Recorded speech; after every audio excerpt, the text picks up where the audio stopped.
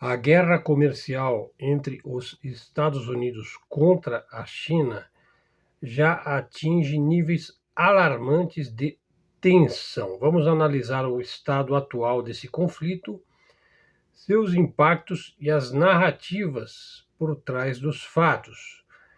Veja, vamos aqui trazer uma perspectiva idônea, imparcial e que analisa aí tanto um lado quanto o outro.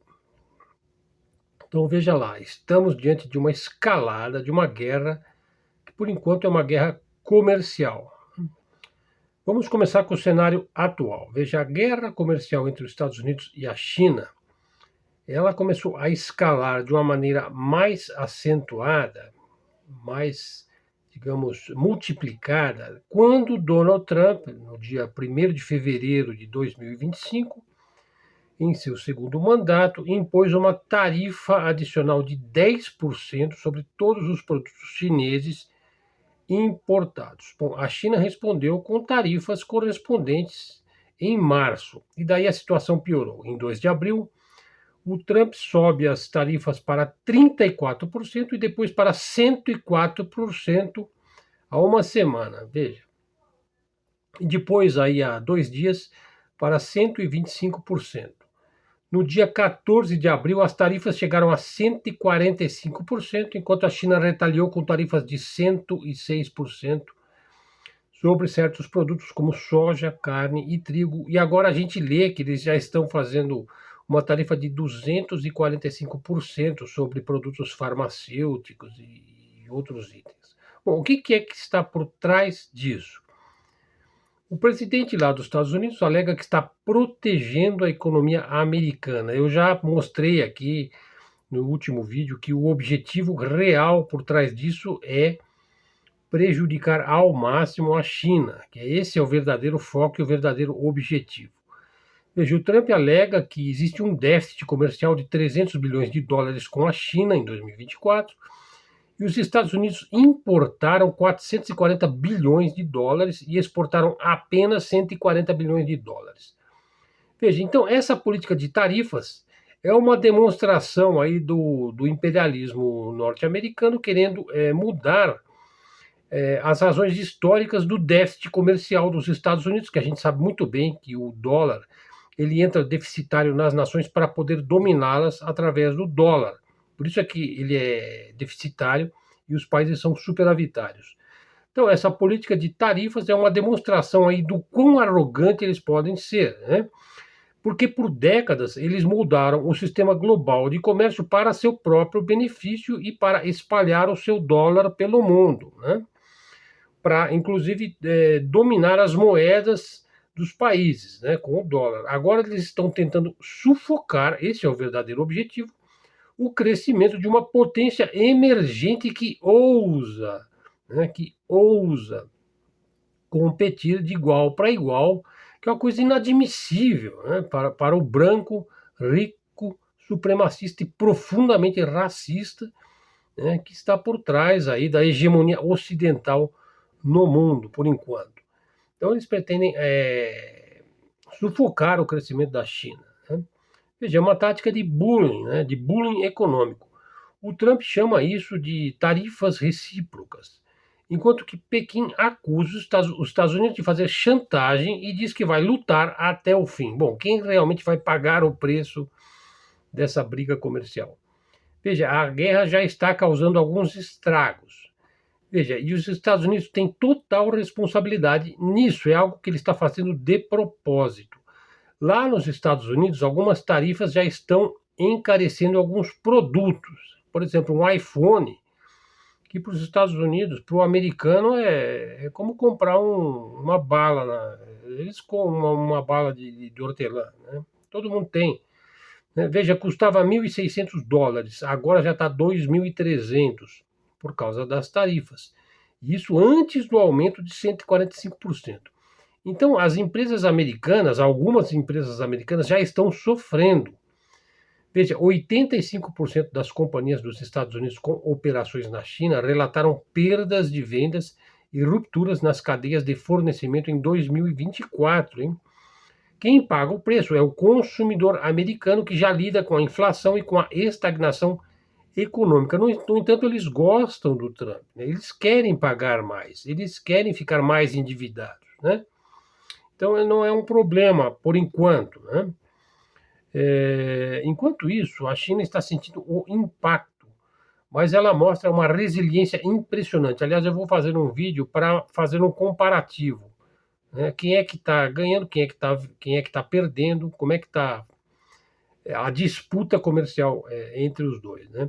Veja, o Peterson Institute estima que o PIB chinês pode encolher 0,16% o ano que vem, e em 2027, se as tarifas persistirem. Mas o chinês, ele não encara isso de uma maneira negativa. Inclusive, eu estava vendo o depoimento de um empresário americano que mora na China há muitos anos. Ele fala: olha, o chinês ele encara isso daí, essa guerra comercial, como uma oportunidade. Sim, como uma oportunidade. Ou seja, eles vão se adaptar a isso daí. E vão diversificando as suas fontes de importação, vão buscando mais parceiros, ou os mesmos parceiros e outros na América Latina, na África, na Ásia, vão redirecionar suas exportações por meio da Malásia, do Vietnã, e agora eles vão ter o Yuan Digital, que eu falei sobre esse tema ontem à noite. Veja, um país que já usa painel solar, que já dominou o mercado de painel solar desde 2018, isso para falar só de tecnologia. Então a China ela não está apenas reagindo, ela está planejando a longo prazo. E ela vai construindo uma rede global que vai reduzir ou mesmo zerar a sua dependência das compras dos norte-americanos, né? Porque eles compram muita coisa do mundo inteiro, principalmente da China. Um outro ponto que o empresário falou, ele falou o seguinte: ó, no começo a China ela só fazia quinquilharia, não é? E ela ficou famosa por fazer produtos de segunda classe, ou de terceira, ou de quarta, ou de quinta classe. Mas agora ela compete de igual para igual com bons produtos do Ocidente todo, não é assim? Então, daí vem a guerra comercial. Ele falou: no futuro, e já está começando, ela vai também dominar o mercado de alto luxo, o mercado de alto nível, né? Talvez até num preço mais competitivo, né? Então, quem acaba sofrendo, continuando a nossa análise, veja, é o mundo, né, com essa briga. O Dow Jones, que faz os índices lá das bolsas, caiu 1.000 pontos no dia 4 de abril. E as bolsas americanas já perderam 1,5 trilhão de dólares em valores das ações, né? Economistas, por exemplo, Roberto Padovani, alerta para uma estagflação global, estagnação misturada com inflação, causada por essa disputa que é movida por razões políticas, não simplesmente econômicas. Quem começou isso? Bom, foi os Estados Unidos, com a política protecionista exagerada, né? Radical. O Celso Grise, da USP, professor da USP, chamou essa política americana de inconsequente. Ou seja, eles vão jogando um jogo perigoso, né, e o mundo inteiro vai pagando o preço. Então vamos falar aqui sobre a narrativa americana. Qual é a narrativa que os Estados Unidos pretendem vender? Veja, então eles acusam a China de práticas comerciais desleais. Por exemplo, o dumping, que significa vender produtos abaixo do custo. Quer dizer que se eu vendo o meu produto abaixo do custo, eu estou cometendo um dumping, né? E também o roubo de propriedade intelectual, especialmente em tecnologia. Veja, essas acusações remontam ao plano Made in China 2025, que visa tornar a China líder em setores estratégicos como inteligência artificial e semicondutores. Vamos olhar isso daí, né? Veja, com um olhar crítico. Veja, os Estados Unidos estão muito longe de serem inocentes e de poder acusar quem quer que seja. Eles usaram subsídios sempre e barreiras comerciais sempre para proteger suas indústrias. Eles sempre aplicaram cotas, tarifas e sanções sobre produtos têxteis chineses. Isso desde a época do Bush, do Obama. Então, por que apontar o dedo agora para a China? Porque agora eles chegaram no ponto radical, né? Veja, um outro analista, aí, o Andrew Polk, né, ele disse algo interessante. O sistema global de comércio foi criado para favorecer as potências dominantes, ou seja, os Estados Unidos. Agora que a China está sentando na mesa e subindo na hierarquia, eles querem mudar as regras do jogo. Veja, então, assim, é uma tentativa descarada, despachada de conter o crescimento da China e manter, se eles conseguirem manter, a hegemonia dos Estados Unidos. Então, aí o Trump fala em proteger empregos americanos. Só que trazer fábricas de volta aos Estados Unidos é inviável.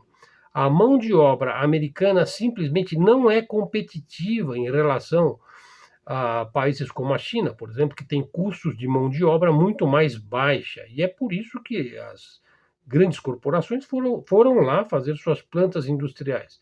Eles acharam que poderiam explorar para sempre a mão de obra infinita e barata, né? Só que em 2012 a China falou: nós não vamos continuar sendo os trabalhadores do mundo, né, para deleite das elites americanas. Não, nós vamos competir de igual para igual com os Estados Unidos. Isso começou em 2012, né? E eles viraram a mesa, foi lá. Então, assim, essa política trumpista aí é uma retórica, né, populista, né? E ela não tem uma estratégia econômica sólida, né, porque trazer de volta a linha de produção para os Estados Unidos é algo que leva muitos anos, né? Além disso, eles estão carentes de certos produtos, por exemplo, os metais de terras raras. Então, os Estados Unidos, ele aposta naquilo que ele sabe fazer de melhor, que é a coerção, né? Que é o bullying, que é a brutalidade. E a China simplesmente ela vai se adaptando a isso, e ela vai mostrando uma abordagem que é mais, ou melhor, ela é efetivamente estratégica. Eles vão expandindo a sua influência global de uma forma inteligente, sem recorrer à agressividade econômica, né? Claro, eles têm que dar uma resposta à altura, mas eles nunca vão dando o primeiro soco, como faz os Estados Unidos, né? Eles vão se defendendo, né, no sistema do, né? Que é saber receber a pancada e usar a força do adversário contra ele mesmo, que está por trás do judô, do jiu-jitsu, do aikido, e de tantas formas de artes marciais, né?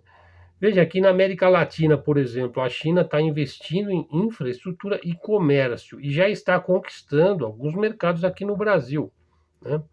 Bom, daí apareceu lá um mapa, veja, então agora vamos para a segunda parte do nosso vídeo de hoje, aqui, canal Luz no Fim do Túnel, hein? Bom, nós vimos lá que o professor Alfredo Jalife apresentou um mapa tripolar, com três áreas, com três grandes áreas de influência, né? Onde nesse mundo tripolar, que é um mapa mundi, que ele mostrou lá no canal dele, um dos últimos vídeos, se eu não me engano, o último, e ele mostra que a América Latina é a joia da coroa, né? É a joia da coroa. Ela vai ser disputada, né? Na África, os chineses estão financiando projetos, grandes projetos de desenvolvimento, ganhando importantes aliados. E a China vai avançando em termos de autossuficiência tecnológica. Veja, apesar das grandes restrições americanas contra empresas chinesas como a Huawei, né, o plano Made in China 2025 vai progredindo. E aí, aos poucos e sempre, a China vai se tornando independente da tecnologia ocidental. Por quê? Porque ela está focada em construir a sua soberania, enquanto que os Estados Unidos, o seu foco é destruir a concorrência. Vocês vejam, eles não estão se desenvolvendo. Eles estão focados em destruir a concorrência, enquanto que a China está focada em construir a sua soberania. São pontos diversos, né, que há que se analisar em função de suas proporções aí, de sua influência. Veja, então eu vou falar do mapa tripolar. Veja, apareceu um mapa tripolar, né, com um mundo tripolar na Newsweek. Isso foi relatado aqui pelo nossa fonte, o geopolítico Alfredo Jalife, em seu canal. Esse mapa ilustra perfeitamente o que está em jogo na geopolítica global. No mapa, os Estados Unidos é mostrado em azul, então ele quer consolidar a sua influência no hemisfério ocidental. A China aparece em amarelo, né? E ela expande a sua presença na Ásia, na África e na América Latina. Então, a guerra comercial é uma extensão dessa rivalidade global. Veja, os Estados Unidos estão desesperados para frear o avanço chinês. sobretudo em setores estratégicos, por exemplo, na tecnologia. Por quê? Porque sabem que a China está se tornando uma superpotência e eles não podem lidar com isso, né? Bom, então aí o Jalif ele analisou esse mapa, ele mostrou que a grande perdedora é a Europa nesse cenário tripolar e que a guerra comercial Estados Unidos-China reforça uma situação, digamos, secundária da Europa.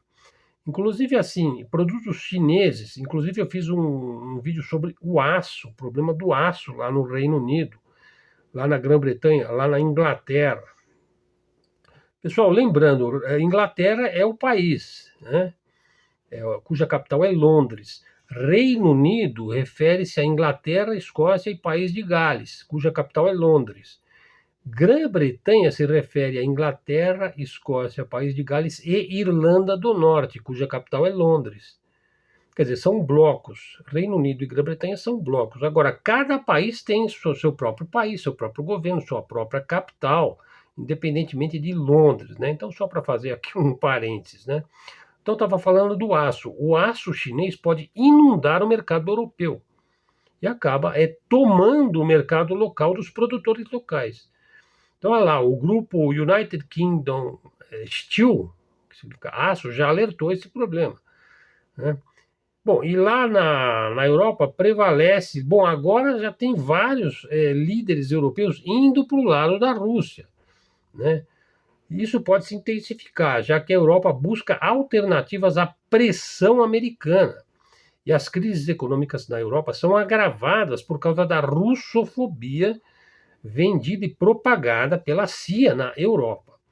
Então o mundo está dividido. Então veja, uma guerra comercial vai levar a um desacoplamento econômico entre Estados Unidos e China. Um relatório aí previu que até 2030 nós teremos 2 ecossistemas paralelos. Um liderado pelos Estados Unidos, se ele conseguir, né, se o Trump conseguir, e um outro liderado pela China, no Oriente. Significa que teremos cadeias de suprimento, de fornecimento duplicadas, custos mais altos e um mundo fragmentado em 2. E quem causou isso? Os Estados Unidos, com sua política de confronto e que ignora os interesses do resto do planeta, né? Ele só consegue conceber um mundo onde ele seja hegemônico, né? Há quem alerte para o risco de um conflito militar. Veja, a retórica do Trump não descarta uma postura militar, mas a China ela tem uma abordagem muito mais calculada. A China não é movida pela possibilidade da guerra, ela só vai entrar numa guerra se for inevitável. Um conflito direto é improvável nesse momento, né? No entanto, o clima de tensão é preocupante. Então, nós temos uma nova ordem mundial em construção, né? Veja, então, já para encerrando aqui o nosso assunto, veja, essa guerra comercial mostra quem realmente joga o jogo e quem joga de que jeito, né? Veja, os Estados Unidos com política de tarifas agressivas e retórica imperialista tentam manter uma hegemonia que já não é mais sustentável, não em termos globais. Então, ela pode ser sustentável em termos nacionais, que é o que representa o governo do Trump. Enquanto isso, a China, apesar dos desafios que ela enfrenta, ela está construindo um modelo de soberania e influência global que vai ser cada vez mais reconhecido. Isso é o que está acontecendo. Então, eles vão se adaptando, diversificando e planejando para o futuro. Enquanto os Estados Unidos parece preso ao passado e a táticas do passado, por exemplo, o próprio protecionismo, né? Então, assim, o professor Alfredo Jalif, ele apontou, estamos vendo o surgimento de um mundo multipolar, principalmente tripolar, e a China está se posicionando como um líder desse mundo tripolar. Os Estados Unidos podem até vencer algumas batalhas econômicas, mas a longo prazo, a sua arrogância pode significar uma queda, né, do alto de sua soberba, para eles e também para muitos países do mundo, que também vão ficar numa situação difícil. Bom, então, na verdade, assim, essa coisa de proteger sua economia é tudo uma cortina de fumaça, porque o seu objetivo é conter o país do dragão, não é verdade? Bom, pessoal, chegamos aqui ao final do nosso vídeo. Eu só vou fazer mais algumas observações de alguns posts que eu fiz lá no Facebook. Veja, eu estudo o Deep State há muitos anos, praticamente desde a minha adolescência. A Casa Rothschild é um dos cérebros do Deep State, tanto do Deep State europeu quanto do Deep State estadunidense. Veja, o poder da Casa Rothschild, dessa família, é praticamente ilimitado. Então, veja, alguns pontos que me parecem vitais para entender a geopolítica no longo prazo, e veja, praticamente só eu lido com esses assuntos aqui no Brasil. Você também só consegue entender se você seguir os meus vídeos. Veja, o maior inimigo histórico da Rússia são os czares. A Casa Rothschild. Veja, eu fiz 4 vídeos específicos sobre esse tema da máfia casada. Então vocês procurem aí no meu canal, né? Veja, o fato da Rússia ser o grande inimigo da Casa Rothschild não exclui o fato de haver ligações internas profundas e históricas dos czares ou jázaros com a própria Federação Russa. Estão entendendo, pessoal? Segundo ponto, veja, a Europa não vai hesitar em se aproximar da China, caso a cisão interna a que a Europa está sujeita, que é o sistema globalista por um lado. A Europa tende muito mais fortemente para o sistema globalista, para os democratas, vamos dizer assim, contra o imperialismo nacional estadunidense, que sufoca aí os interesses energéticos, inclusive da Europa. Então, assim, ela não vai hesitar em se aproximar da China se essa disputa ficar muito forte, né? Ficar muito acentuada.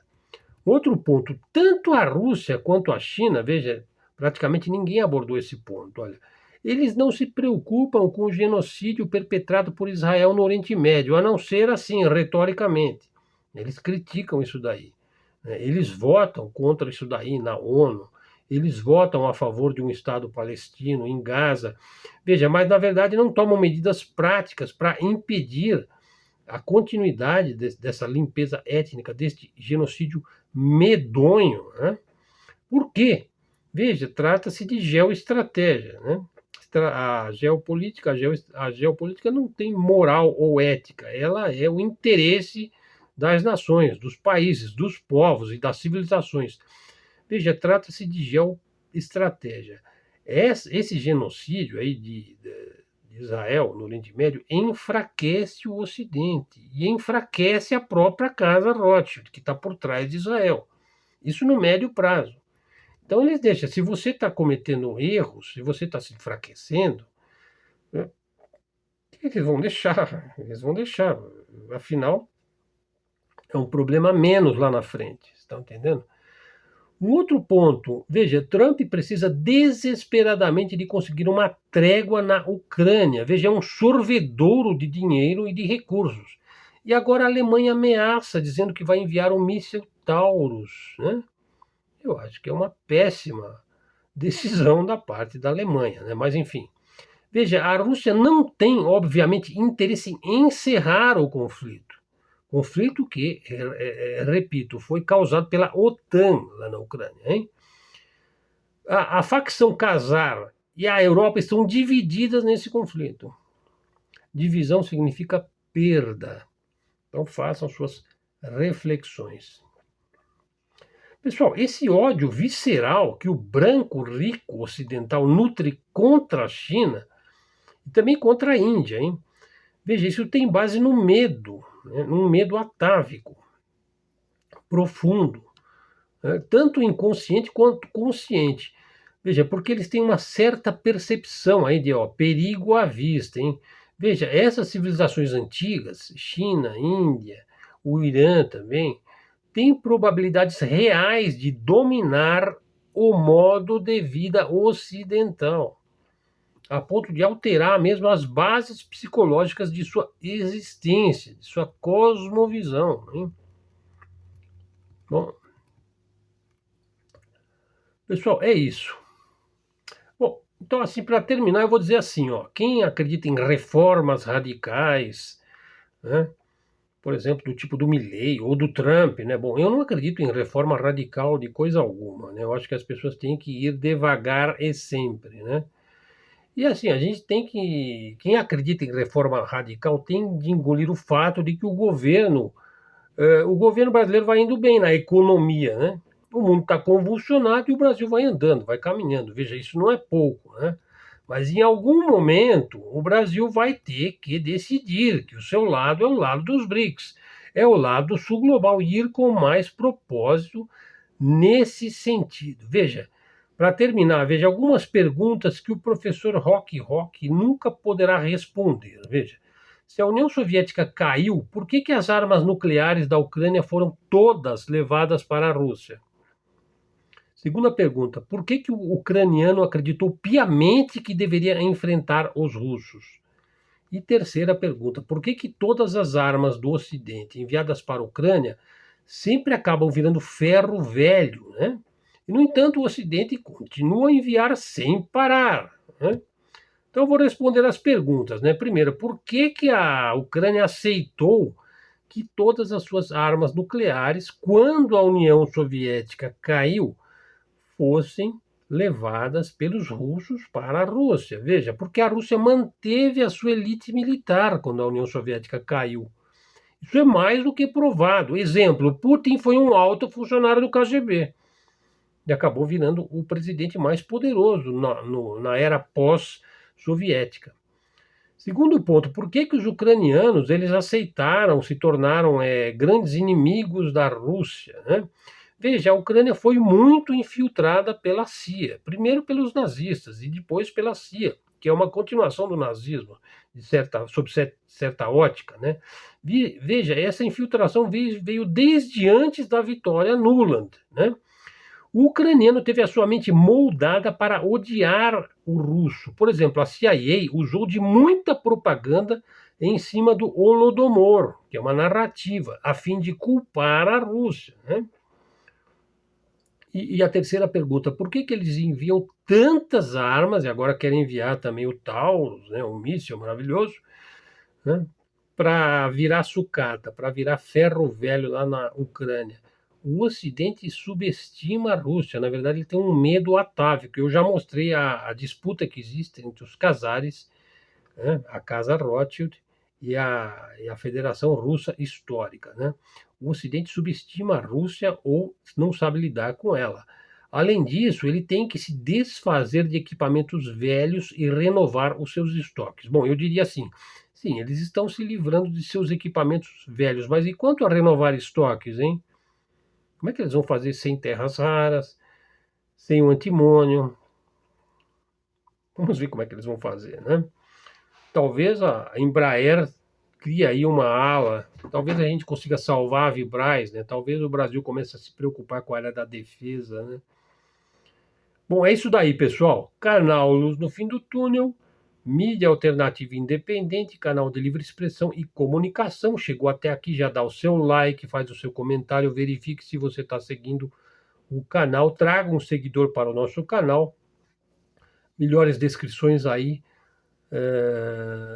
na descrição do vídeo, né? Quem quiser ajudar o canal pode fazer um Pix também aí na descrição do vídeo. Sugestões e temas, estamos aqui abertos para os nossos seguidores, que são as pessoas mais importantes para a gente continuar aqui a nossa análise. Muito obrigado a todos e até a próxima.